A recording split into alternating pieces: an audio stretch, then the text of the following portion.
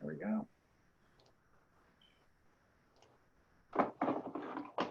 And people are coming in. We have over 200, we have close to 250 people registered today. Awesome. This is cool. Hello, everybody. Welcome to the Video Trust webinar, Academic Libraries, Responses to the Pandemic. I'm glad you're here. I'm going to check and see who's coming in. There's Ali Silvestri. Hi, Ali.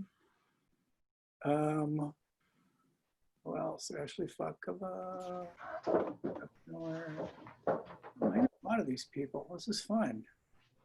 There's Cindy Burstein. Hi, Cindy. Okay. Oh, this is a big group. This is great. A lot of cool people here. Oh, really fun. Jeff Pearson. Hi, Jeff Pearson. Is it cold where you are? It's cold in Kansas. All right. I'm going to start the program here a little bit because we're filling up fast. So let me get started here. You're at the Video Trust webinar, Academic Libraries Responses to the Pandemic. And we're glad you're here. Thank you very much for joining us.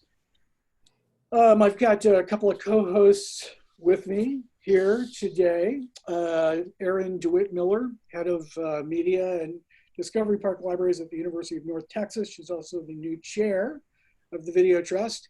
And we are also accompanied by Charles Cobine, who's digital outreach librarian at the University of Pennsylvania and a fellow board member at Video Trust. We are sponsored today in our entirety by New Day Films. I'm really excited to have them as a sponsor because I'm a former member of New Day Films. It's a great organization. A lot of really amazing filmmakers. It's a co-op, in case you don't know, of social issue documentary filmmakers. And they've got a special offer on their website today. I'm going to refer to it a little bit later when we take a break, but it looks kind of cool. And so just to preface a little bit about what today is, I'm sure you all kind of know, but let me just put this together for you. A lot has happened since colleges and universities began to shut down.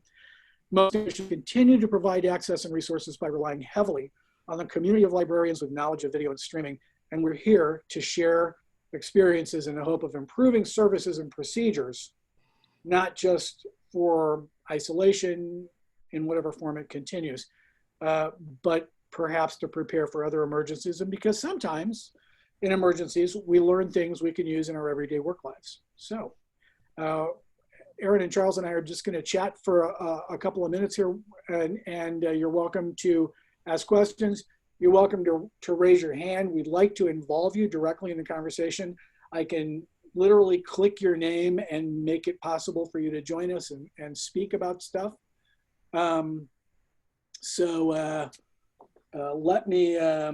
Let's get started. I don't know, it's been, since we had the last webinar that involved academic librarians, it's been over a month, I believe. April 23rd, I think, was when we had the last one. That kind of was an everybody thing. We had public librarians and K through 12 librarians, and then we broke off and had separate webinars for everybody, and this is the one that we broke out for. This is the breakout room, I guess, for academic librarians. So tell me, let's start with Erin. What's going on with your work? What's kind of different? What are the big different things that have happened? What can you not do that you're used to doing? There's a lot to unpack there, but what do you got? Well, so just to give you a little bit of background about the Media Library, is we do, the University of North Texas Media Library does video, and we also do games. We check out and circulate board games, video game consoles, video games, and then we have like a huge space that's all gaming space. And then we also obviously do film and video and collect all of that. So we started working from home in mid-March. So all of the staff and myself have been mostly home. I'm on campus once a week. That's where I am right now in my office as an essential worker. And that's mainly, you know, if something has been, somebody returned something that I need to check in, just little things taken care of. And then we have someone else that's here once a week to do any digitization needs that there are. If we need to digitize a VHS tape or put a DVD online, that sort of thing. But for the most part, we're all working from home. Some of the biggest differences, I think, are, you know, just the obviously we're really focused on streaming video now, whereas in normal times, I only will license streaming video for courses that are either online or blended, just for, you know, I have a budget for the media library collections of about $105,000 a year, and about half of that is set aside for physical, and about half of that is set aside for streaming. So I have to make sure that I use each of those funds appropriately. So we typically aren't licensing streaming video unless it's needed. Obviously, after mid-March, all of the courses at the University of North Texas suddenly went online. So the need for streaming video increased by like 5 times what we normally see. Yeah. This is interesting because it makes me wonder, are you going to go back to physical media, or do you think that the universe has changed? Okay. I'm thinking at some point we will go back. I know not this year. You know, this year I had to move what was left of my fund for physical media into my streaming fund just to keep up with the demand, because it was, you know, more than I could, you know, it was obviously exceeding what my normal expenditures are. The reason I say we'll go back to collecting physical items is some of what we get, you cannot get, it's not available in streaming format. Like not everything that we need is available online. And then there's always that question of, you know, I like to collect things for sort of like perpetual adding to the collection for permanent collecting, and you can't do that with a lot of online media. So yeah, we will. I'm thinking we'll go back to physical. I still have gotten a couple requests for DVDs from people. We just don't have any way to check them out right now. So all of our physical collection is completely unavailable to our patrons. Even though I'm here, we're not doing any circulation whatsoever. The plan at UNT is to open up a little bit in July as far as some of the labs and the art studios. So very minimal opening on campus. And then in fall, we're going to have something like 6,500 students in the dorms. And then some more classes will be in person instead of online, although the emphasis is still much more on online than in person. So I think things will be really different in the fall, that we'll have more need for using the library spaces and using like our viewing stations and physical reserves, and all of that stuff will be back in action more than it is right now. Okay. Charles, talk to us a little bit about what's going on with you at UPenn. Well, here at Penn in Philadelphia, you know, we're an urban campus, and just like any place else, we've you know, closed up as of March 13th, and everybody's been working remotely. I don't know. I don't know what we expected, you know, whether it was going to last as long or not, but here we are. We're still in Pennsylvania under stay-at-home orders. So I would say, you know, before the library closure, which was a huge undertaking. We have 16 branches in our library system, departmental librarians. We have a unionized staff, as well as professional librarians who aren't unionized, and they had to work out things like within a matter of like 3 days as to who was going to continue to work, who was, you know, going to continue to be on campus. They didn't know if they were going to do that. But in terms of our video collection, I would say it's mostly centered in our main, our flagship library, which has the bulk of our physical collections, but a lot of our physical formats are in offsite storage, which is in a large warehouse across the river in New Jersey. I'm frozen here, I think. Is I anybody can else? still hear you, but you just, there you go. You froze just for a second. Okay. So basically what was happening before the closure is that we were having all of the physical formats delivered to our main library. We were still circulating DVDs.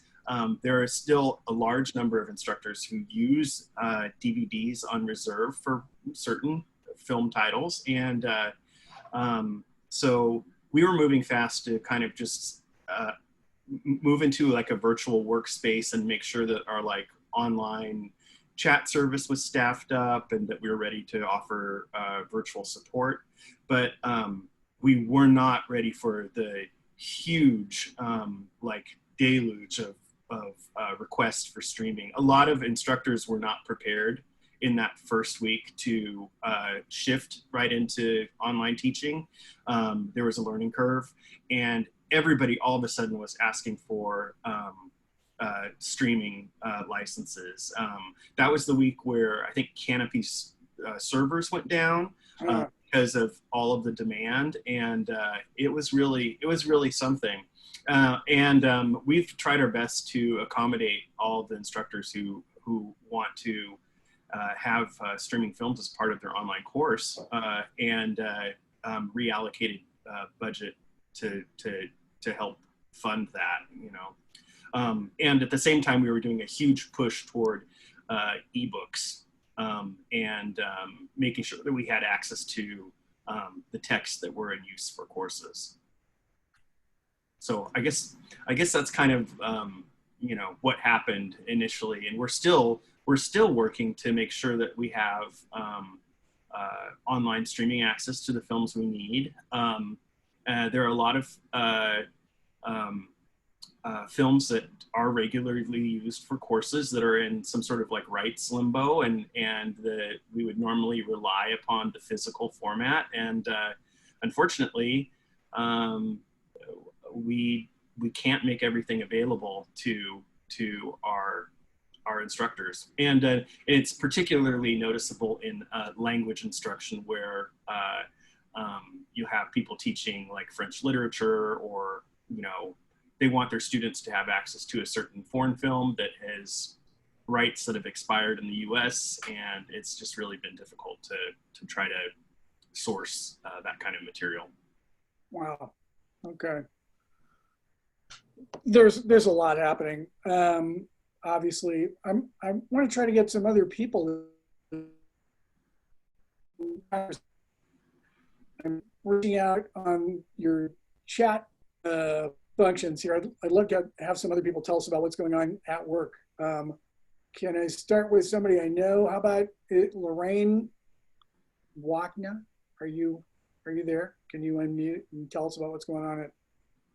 What do you want to know? Hi. Hi. Wow, I didn't expect this. Well, welcome. Addressed. Okay. Welcome to Candid Microphone. So I'm sorry, what was the question? I was doing two things. Yeah, I'm sure. Well, everybody is. It has to. Yeah, I want you to tell us what's going on at your job and what's different and what you're not able to do, and how things are going to change. Yeah, I would probably, so I'm at Ohio University, so that's about, How big is Ohio University, by the way? about 20,000 FTE. Yeah. But they're not here. So I am extremely grateful and lucky that COVID really hasn't hit here, because there's about 10 people and they all live in a holler somewhere. So we've just been really lucky. So I would say it's not been bad. I look at some of my other film librarians. Shout out to Following Video Lib listserv, because it's awesome. They've gotten way more than I do. I have like 3 or 4 departments that are pretty demanding. I've learned a lot more about copyright. We all have. And we also learned that we can do things like rip a DVD if we do all our fair use, and there's great conversations about it all over the place on VideoLib and online. So we found like a workflow for doing this. We can't do it a lot. We don't have the capacity, but I feel like for me, more of what's happening is that I'm learning how to make, or what we need to do to make our system better. And we have a big problem here, as many of you do, that broadband is an issue. So those are the things that we're dealing with and trying to work around. The bandwidth you're talking about? Yeah. Oh, no, not only the bandwidth, just the fact that most of my friends, if they live 5 miles out of Athens, they don't have internet. You're up in the hills and you're down in the hollers and you don't have anything.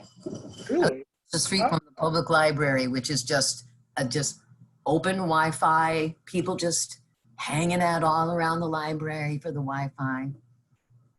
Oh, Yeah. So I know other people, I'm sure you are out there who are experiencing this as well. oh. Yeah, I'm sure that's true. This is a pretty sort of transitional time then for everybody. I think it is, especially for education. And I have this whole thing that I think, not that all you people, whoever's on here, but I think broadband and Wi-Fi should be a utility and not I think it should be a part of life. And I actually heard somebody on NPR talking about that. So I feel a little bit, affirmed. But anyway, off my band stand. No, that's pretty interesting. I'm especially interested to hear there's so many people in the nearby area who are sort of locked out of the system. That must be very difficult. They can't travel to get what they want. They're just kind of completely, a lot of us are isolating voluntarily, but we forget there's a lot of people who are isolating involuntarily. Yeah, and I will just add that the physical collection does mean a lot to a lot of people around here because they can, they have DVD players or whatever or ways to do it. So it still is pretty valuable.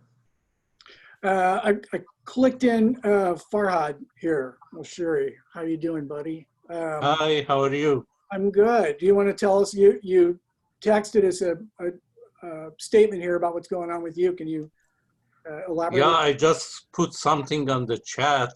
Oh, that. We are facing with a very big problem. The latest thing we heard from the university is that the enrollment is very low. We are facing with a huge budget cut, and at the same time, naturally, faculty are asking for streaming videos, which are compared to DVDs are much more expensive. So we are kind of stuck in a paradox, something like that. So, what you're talking about. Curious to know, does your university do any of its own streaming? Do you have a system there that you use that's proprietary, or is everything through vendors? It's through vendors. We are subscribed to Films on Demand, and sometimes we purchase, single titles. Usually I try to get for life of the file, but sometimes it's just for one semester or 1 year. But the cost is very high and the budget is very low. So. Oh yeah. Yeah, that is tough. I bet a lot of people are facing that. And do you have any numbers about any percentage of drop in your enrollment? I don't know how low it is, but they told us that about 20% of the library's budget is cut. So, oh boy, yeah. That's a big bite. A big bite would be from any kind of, one-time purchases, because they wanted to keep the ongoing subscription, to continue.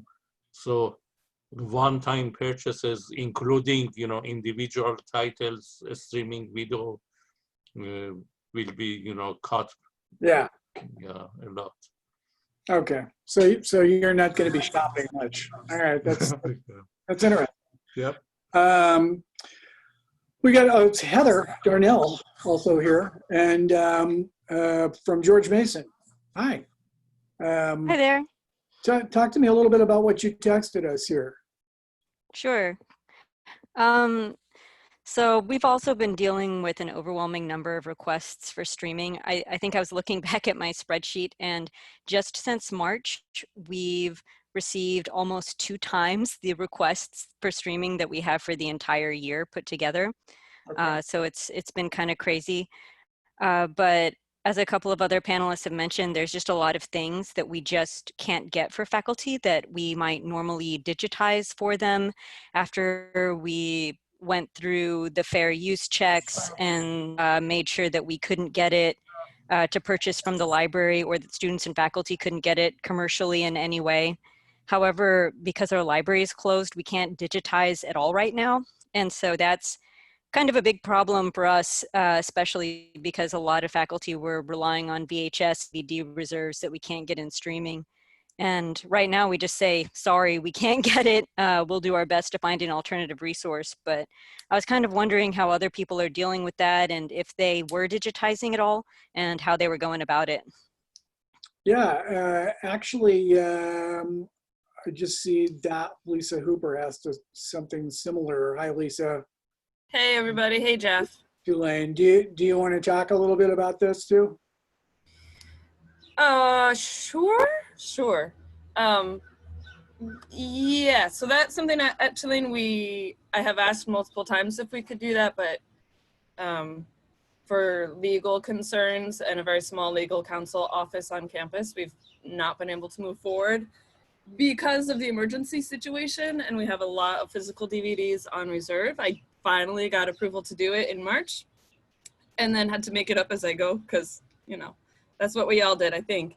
So we've been doing that only for DVDs. I think there's only one class that still uses a VHS tape, and I'm almost sure that that faculty member retired last year. So Heather, so far as VHS, we don't do those. It's not a huge deal here for us. For the DVDs, we're phase 1, but they still want us to stay home. Very few people are allowed on campus. When I cannot source a streaming edition, I do get permission to go into the building, pull the DVDs, and I have an external disk drive that I plug into my computer, digitize it that way.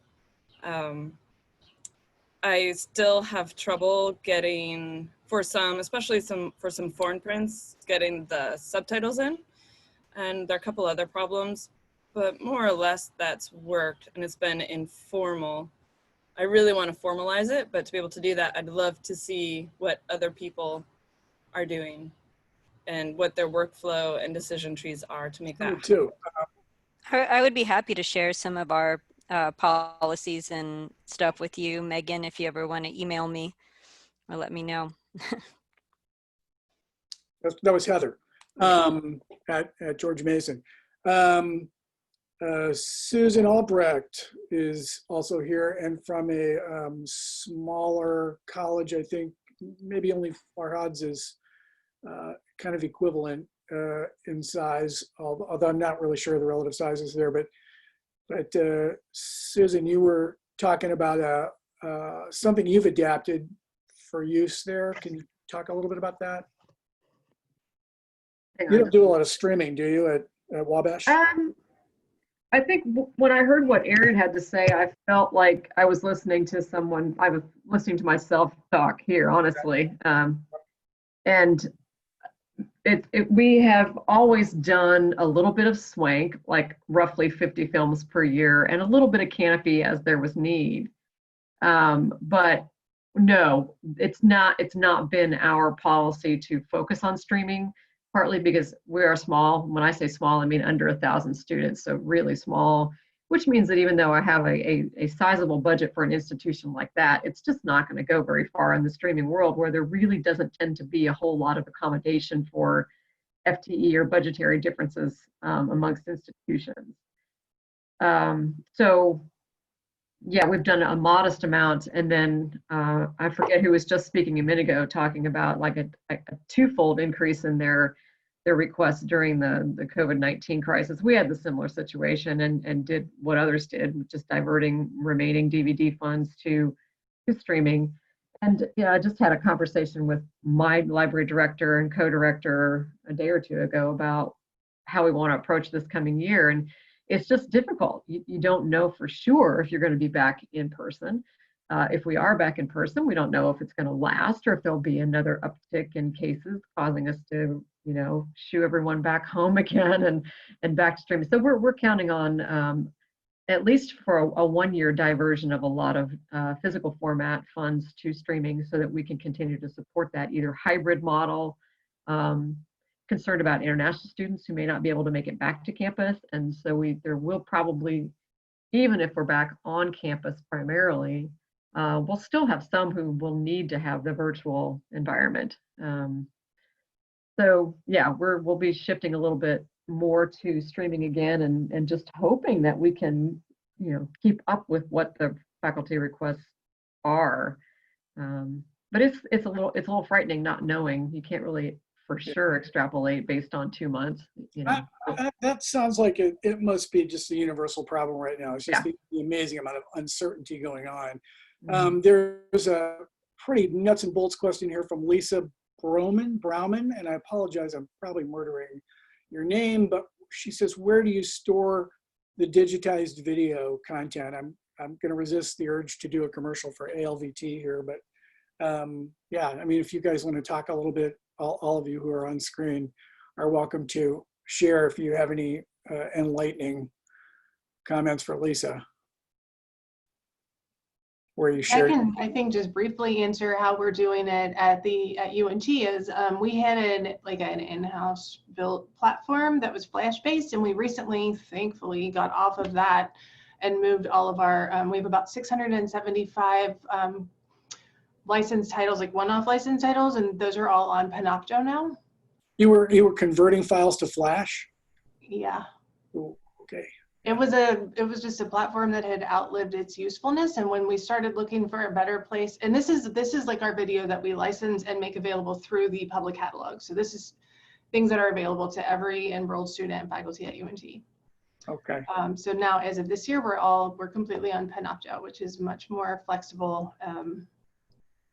So that's what we're doing for the most part. We also are using ALVT for Section 108. But that's right. Different. That's a totally different thing than I think we're talking about. Yeah, I was making a big jump there. Yeah. So anyway, there's a lot of interesting text questions here from people. Let me roll back up the list here just a little bit. Medeline Filbert says, I wish we had 20% library are required to have a percent cut. I don't know, I'm not quite getting the sense of that one, Medeline. Where do you're saying you're wishing the cut was the same as the other departments? Is that what you're asking about? I'm gonna see if you want to talk, but I have a lot of questions here. Let me just ask. Okay, are you there? Medeline, do you want to? Yes. Hi. Can you hear me? Yeah. What was your comment? Hi. Yeah. When the gentleman, what's his name? Mr. Farhad Moshuri. Oh, Farhad Moshuri. Yeah. When he stated that they have to cut 20% across the board, that's when I said, oh, I wish we had that, because the university librarian was even trying to get this have that percentage lowered to 20 or even 25% across the university. All departments, including the library, we have to cut 50%. And because, again, someone mentioned on this session, based on enrollment, it's up in the air, and we are so dependent on tuition. We are hoping to open up based in New York City. So I think we fall on the phase 4. So we hope to open in the fall, but this is in preparation of the plan. So the Board of Trustees, as far as I understood, the Board of Trustees said, no, 50% across the board. It's better to be safe than sorry. I'm sorry, Right. tell me The the name Board of Trustees. Tell me the name of your school again. Oh, Pace University. Pace, okay. Yeah. So, so they're trying to cover all ends in the event that enrollment is much lower than they anticipated. So they're hoping that they can at least still be able to function. as a result of that, across the university, we had like 61 people who have been for long, 10 of which came from the library. We have well, we have 3 libraries. One New York City, one in Westchester, 2 in Westchester, 1 Pleasantville, and the one in White Plains more or less function independently, but still link up with us in terms of some of the resources, like through the the catalog and some databases of that nature. But it's the law library, primarily more independent than the 2 other libraries. So that's why I reacted. We wish we had like 20%, because now we are looking at all services, resources, supplies, and of course the databases. So we have been tackling this since last week. We had our meeting yesterday, looking at each one of us, those who fall on the management team, using Excel format, try to get that number to about $594,000 cut. So that's the story in a nutshell. These are big numbers. I want to break real quickly because I do want to thank again very much our sponsor, New Day Films, the cooperative of social issue documentary filmmakers. They've got very amazing content, dozens of subject areas at their website, newday.com. Membership includes winners of Oscars, other major awards. This is an amazing group. I'm pleased to say I was once a member. I noted today that they got a special offer to support educators who have moved to online teaching due to COVID-19. You may temporarily access a 14-day streaming license of many films at no cost. This offer is available on 14-day licenses of participating films that are purchased before June 1st. Find out more at newday.com. I also want to mention very quickly, we have another webinar coming up on June 11th.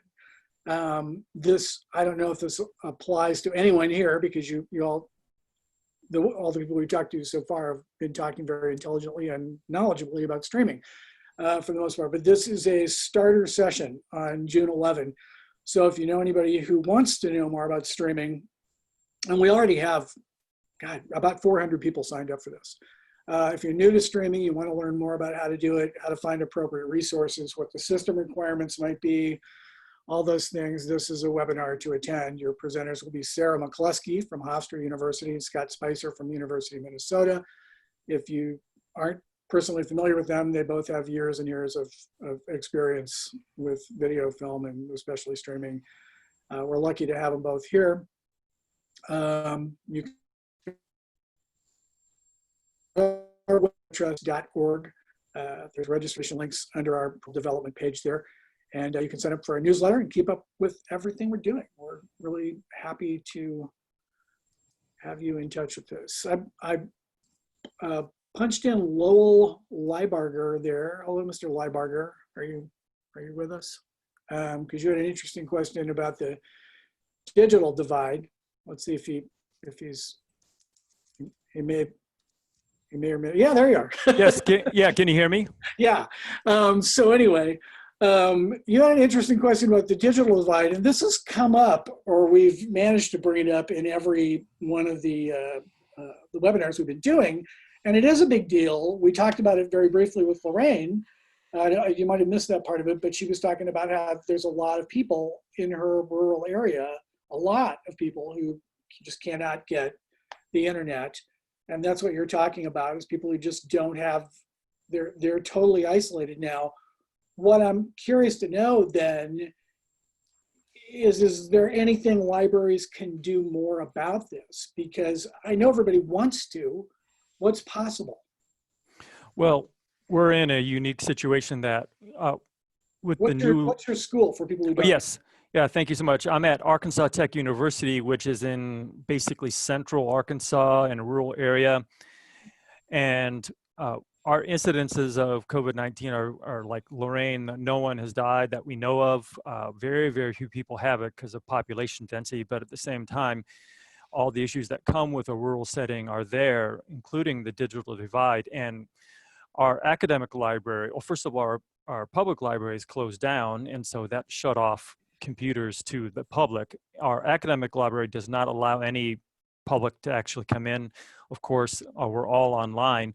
But the issue is that so many students require computer access, that is the most popular thing in our library. And I think that's probably the case in so many academic libraries. And it's exacerbated because our population, our students are primarily first generation and many middle class, a few upper class, but almost majority are middle class or lower. And so access to the technology is an issue. And then on top of that, echoing what Lorraine said, getting Wi-Fi access as well. So often students have like maybe LTE or 3G connection with their phone. And so technical support as well as being able to simply access some of this content. And then finally, I would say with a lot of institutions that are not R1 or wealthy private institutions, there's also the issue of simply resources. We don't have the resources that an R1 institution has. And so of the film media that we can show, it's pretty minimal, and now it's getting cut. So it's a really tough situation. I think I'm speaking for probably a lot of mid-sized to smaller institutions that are not well-funded. Okay. Yeah, it sounds like most people are using hotspots and so forth to get some of this worked out. And I know we talked about this at the public libraries, and the K through 12 libraries have all been using hotspots and handing out laptops and so forth, and you know, some and you know, tablets, and so there's a lot more technology kind of going out in the field, which is nice, but I'm sure it is not solving problems for everybody. And as Lorraine and you are both saying, there's people that just can't be reached. Yeah, pardon me, if I can also mention, our library is a combination library technology center. It was designed, you know, in 1999 for that purpose. And so it was kind of future proofed in a sense. So we have been able to lend out stuff, especially even to faculty who didn't even have this sort of thing. And so our computer services and the librarians work together very closely. We always have. So we've been very fortunate in that regard.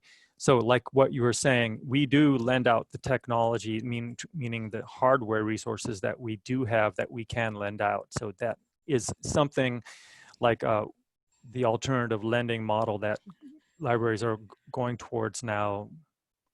We are doing that. Cool. I'm going to keep moving on with various questions here, because any one of these could almost be a whole webinar. But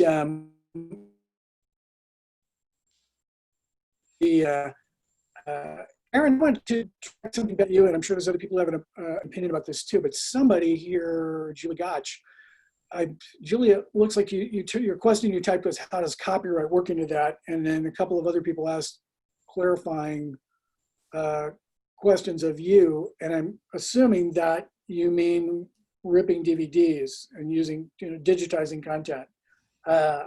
Aaron, you've got some copyright knowledge about that. Can you talk a little bit about that for people who are less familiar with how to make those calls? I can tell you what we have been doing, and I would definitely not consider myself to be a copyright expert, but because we do digitize and put video online, I have to know at least that much about it. So we only, under normal circumstances, we would only ever rip a DVD and put it online if we had purchased a license for that video. You know, we're not just making our collection available online. And the same with VHS, is we don't digitize and stream anything unless we have permission. And we're still circulating. We still have about 200 or so VHS tapes that check out every year or two. So, and we haven't put those online because we don't have the legal right to do so. So that's kind of how we do it here. And we did in the spring, when all of our classes went online unexpectedly and all of the face-to-face classes went online unexpectedly, we were able to loosen that up just a tiny bit and put a couple of things online that we could not license. You know, like we tried to license it. We did everything that we could to get a license. There wasn't a license available, and a face-to-face class needed it like that week. But under normal circumstances, we would never do that. So when I say that we have like a 675 video collection, all of that is licensed. Does that answer the question? it answers from your standpoint. Sure. That's how we handle it here. I know every school is different as far as what people are comfortable with. Yeah, I think it depends on people's familiarity with the copyright questions and, you know, whether they've wrestled with it before. There's a really cool copyright conference in Ohio that just got canceled, unfortunately. So that's unfortunate, but that's probably the way it's going to go. Let's see. There's a bunch more questions here. Oh, and I wanted to mention Pat Dunn says that their community college library loans laptops and is discussing extending Wi-Fi to the parking lots for the future. So it'll be like sort of like a drive-in theater for college education, I guess. That's what I'm picturing in my mind is all these people sitting in their cars and with no, you know, refreshment stand. Let's see. Philip Chu had a question, and this could take us almost to the end probably for people to talk about this, but does anybody, we've talked a lot about the uncertainty of going back in the fall, so I'm not sure, does anybody have definite plans? Does anybody have how it's going to work, or is everybody kind of up in the air? If you have something, like Philip says he'd like to know how academic libraries are preparing for reopening, limiting patron access, social distancing, checkouts, book drops, access to stacks, study room, bathroom, yeah, on and on and on. He's just, you know, obviously wants to know if there's anybody out there who has a plan yet. And does anybody have a plan? That would be interesting to know too, if nobody really has a plan. It's pretty quiet. Well, I can say at UNT, our main library never closed. So we have put some, and I am not in the main library. So I'm in the, you know, I have two of the branch libraries, but they did put into place like social distancing requirements, and they stayed open mainly because we still have 200 and some students on campus.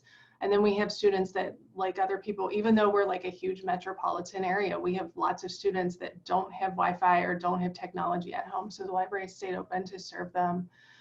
As far as the two branches that I oversee, we don't have a specific plan yet, but we are working on a plan. So we're getting like plexiglass shields for the front desk. We have ordered PPE for anyone who's going to be working, cleaning. We're planning on some sort of opening in the fall, at least for the service point. Maybe not study areas or gaming areas, especially where students just come in and hang out and congregate, but at least opening the desks at a, you know, like 25% capacity. Yeah, all right, well, Troy Davis said they have a plan at William and Mary. Do you want to talk a little bit about that, Troy? I put you, I clicked you in if you want to share a little bit about what's going on at William and Mary. Can you, yeah. Okay, yeah, well, we just went through a really painstaking series of a phased approach to returning to work in the building. And it's a really, you know, pretty detailed document. I mean, it's tentative, of course, and we're still waiting on other units on campus to make decisions, environmental health and services, that sort of thing. But we wanted to be prepared when those decisions were made. So we do have a plan, and I'd be glad to share it in, you know, in an email or something. It's a working document. Give us the highlights right here. Can you give us like the top 3 or 4 bullet points that other librarians may want to take back to their jobs? Well, it's a phased approach. We're looking at, you know, we have some general dates, and then, you know, we have staffing considerations, operational considerations for each of those phases. We have a whole list of required PPE that would be required. For example, we're putting up shields at our service desks, like sort of plastic shields. We're quarantining books and equipment that is being checked out. We're starting initially with some contact-free pickup of materials, library materials. That includes books as well as equipment and whatnot. And then we have a whole sort of, you know, a fair amount of an appendix with a lot of questions, but I think we're, you know, our president has said that we are going to return in the fall, and so we're just being prepared. Okay. Well, Anybody else have anything you want to throw in about definite decisions that have been made? There's so much. Can I ask?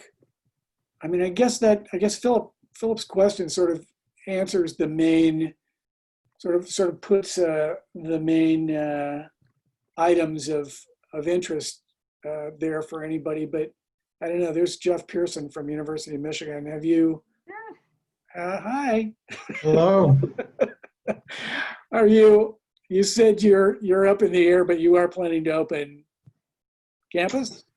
Yeah, the UMich president has already done some communications of trying to plan for an open campus in some way in the fall. I think they're talking that large lectures would continue to be remote, and then labs and smaller class gatherings would sort of try to distance in some way. I mean, they're trying to figure it out, but there will be people walking around on campus. And as it is now, the library is still closed to staff even with us. So I haven't been there in months. You guys have had a lot of news coverage lately in Michigan. Is any of that protest affecting your university's decision-making process about this? I would say no. I know that the UM administration and the library are working very closely with the state of Michigan administration, like the governor and her groups, to plan for how to reopen the state. And what we do at U of M is very contingent on those kinds of decisions with how the state plans to reopen. But I don't think we'll have any militia on campus, if that's what you're alluding to. Well, yeah. I mean, the pictures are pretty graphic coming out of the Capitol, so. Yeah, well, that's unfortunate, and a true minority, I believe, but it does get attention. Yeah, they do, and they come out with guns and bulletproof vests to draw cameras. All right. What else should we be talking about besides how to go back? I'm seeing a lot of by the way, we can this whole chat file from today's, because there's a lot of stuff on here that we're not going to have time to talk about, and a lot of very helpful input from people who are just providing links and so forth, and it's awesome. We can't get to absolutely every bit of it today before we're closing, so I'm going to put a link to the chat file, a downloadable chat file, on our site at videotrust.org. And if you go to the professional development section, there's an archive of actually all the videos of all the webinars we've done for the entire year. And so you can watch any of those, and there's some links to other things as well, other resources, and this will be a link on that page with this webinar video, which we're recording now and which should be available in the next couple of days on that page, videotrust.org. And I think you'll find it once you. It's not a huge website. It's not hard to find your way through, but there's a professional development archive. Okay, yeah. Ruth Elder said, Troy, she'd be really interested in seeing the plan. She texted all the panelists, but I'm not sure you're going to see that, because the panelists are just, I think technically just Charles, Jeff, and Aaron. Everybody else is sort of a participant. So when you guys are texting, I'm like I said, I'm going to share the file, but feel free to open up your texting to all participants, and then everybody can see it. But yeah, it'd probably be cool if everybody could post their plans on VideoLib or something like that as they're coming together. Let's see, Charles, what what are the main obstacles to your getting your work done at this point? You said you're barely able to do anything you're used to doing. You said there's a lot of work you're not getting to. Can you talk a little bit about that? Oh, maybe I just sounded overly dramatic there, but you know, there are a lot of things that we can't do in terms of providing access to our physical collection, and you know, I'm of the opinion that you know, the era of DVDs is not going to end like next year or anything. We still have so much material that is in that format, and it's not circulating as much as it used to, but like the people still need access to it for class assignments and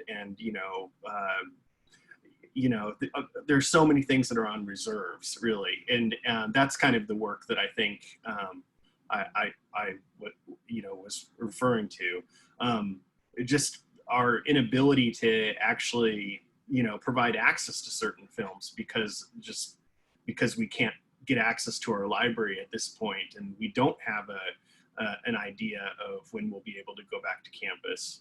At this point, nobody's allowed in our building, and I think there are a couple people who are exceptions to the rule, facilities people, and a couple of librarians who kind of check in materials so that we don't come back to an absolute mess. Like, but I would say, in terms of things that I can't do right now, it's just really, the biggest things, the frustrations are, we have so much material. It applies to the physical format video collections, but also to print collections that we just cannot provide ebook access to because that just doesn't exist, or it's material from a smaller publisher. Like things that we know are inside our building, and in normal times we could just go and grab for somebody. We just don't have that access. So we see it. We see the frustration of our patrons, the people who are working on research actively still, from remotely. They're on our library site. They're chatting with us through our online services, but it's really just that access to the physical material. I don't know if you can hear it. It's pouring rain here. It's just absolutely lots of dogs. Just wanted to call attention to a link that Lisa Hooper just posted on chat there. And I just clicked on that. That is looks like a resource sharing document she just opened. So that would be a good place for maybe Troy to link his document, and that everybody can look at. So that'd be really helpful. Yeah, okay, glad to help. We're getting kind of close to the end here, actually, and I need to make a couple of closing statements, but I want to also ask people to think for just a second, because I want to talk for just a second about, to remind people about a couple things, and then I want to come back. I'm just going to be about a minute here, but what I want to hear about is can anybody tell me something positive that's happened? We talk a lot about the stuff that's going wrong and is unavailable and we can't do, and people who are way too confined and way too isolated in the digital divide and so forth. But what good has come from this? I would love to know if people are seeing some bright spot that's like, well, if this hadn't happened, we wouldn't have this. We wouldn't have realized this. We wouldn't have known this. We wouldn't have found this. I'd love to know those things.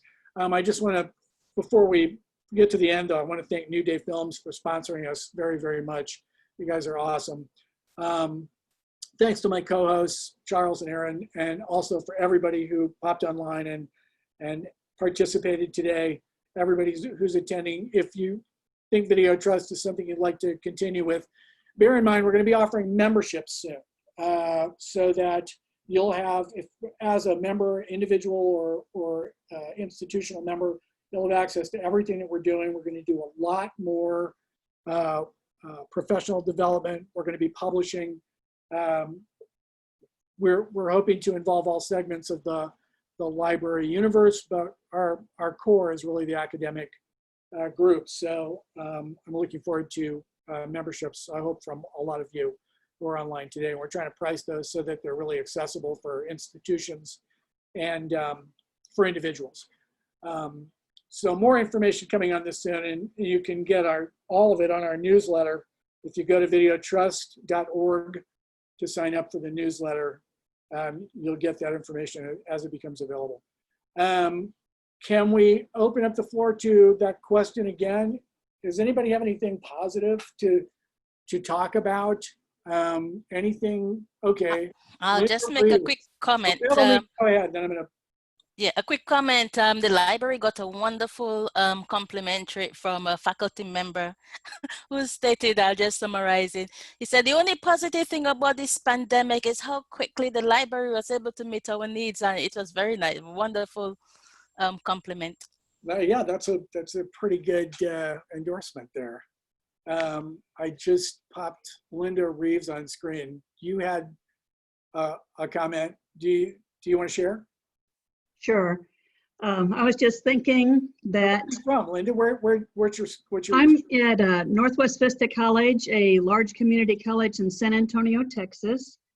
And we librarians have recently shared with each other that this horrible pandemic has nevertheless given our libraries and our librarians an opportunity to really showcase what we do best, being able to find good information, work with vendors, especially finding digital versions of films and books, and also credible information. And we very quickly put together some LibGuides and other things that can be accessed on the college website, and emails to students and faculty about various kinds of resources available to our patrons. And so we also have gotten a lot of compliments from faculty and administrators, as well as students.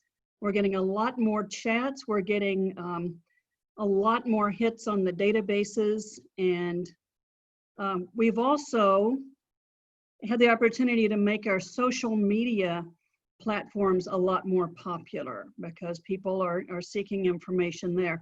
Every time we highlight a library resource through Instagram or some such thing, the usage triples almost instantly. So that I see is possible, and hopefully that will be a lasting effect. Thank you so much. Rudy Kolodny from Texas. You had a brief comment, I noticed. Do you want to share? Yeah, do you hear me? Yeah, well, I was just kidding, saying that finally I managed to work on my policy after 3 years that I neglected it. So, which policy? Reformatting DVDs that I can't find anywhere else. So, yeah, that's that. Right, the mother of what? Invention? Something? Yeah, necessity. Yeah. We're probably getting close here in just a second. There are a lot of questions we're not getting to, and a lot of issues that seem to need more discussion. I think we should be doing this every month, at least during the summer, so people can compare notes. So I'm gonna, I will schedule as soon as I've talked it over with Aaron and Charles, who are kind of in charge of PD for Video Trust. But I would love to keep this conversation going because it seems like there's a lot more stuff. Jennifer Richards has another positive note. Oh gosh, everybody does. This is great.